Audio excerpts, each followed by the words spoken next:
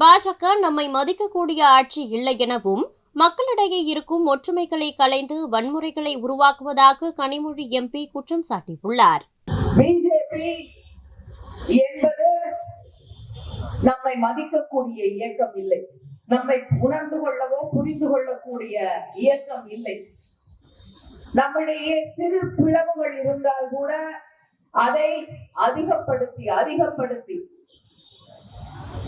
இங்கே இருக்கக்கூடிய அந்த அமைதியை குலைக்கக்கூடிய வகையிலே ஜாதியின் பெயரால் மதத்தின் பெயரால் நம்மை பிரித்து வன்முறைகளை உருவாக்கி அந்த வன்முறை அரசியலிலே அவர்களுக்கு என்று ஒரு இடத்தை நிறுவிக்கொள்ள துடித்துக் கொண்டிருப்பவர்கள் என்பதை நாம் புரிந்து கொள்ள வேண்டும்.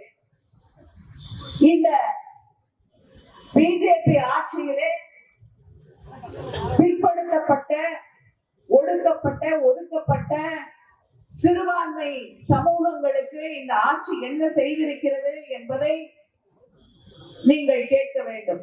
ஸ்காலர்ஷிப்,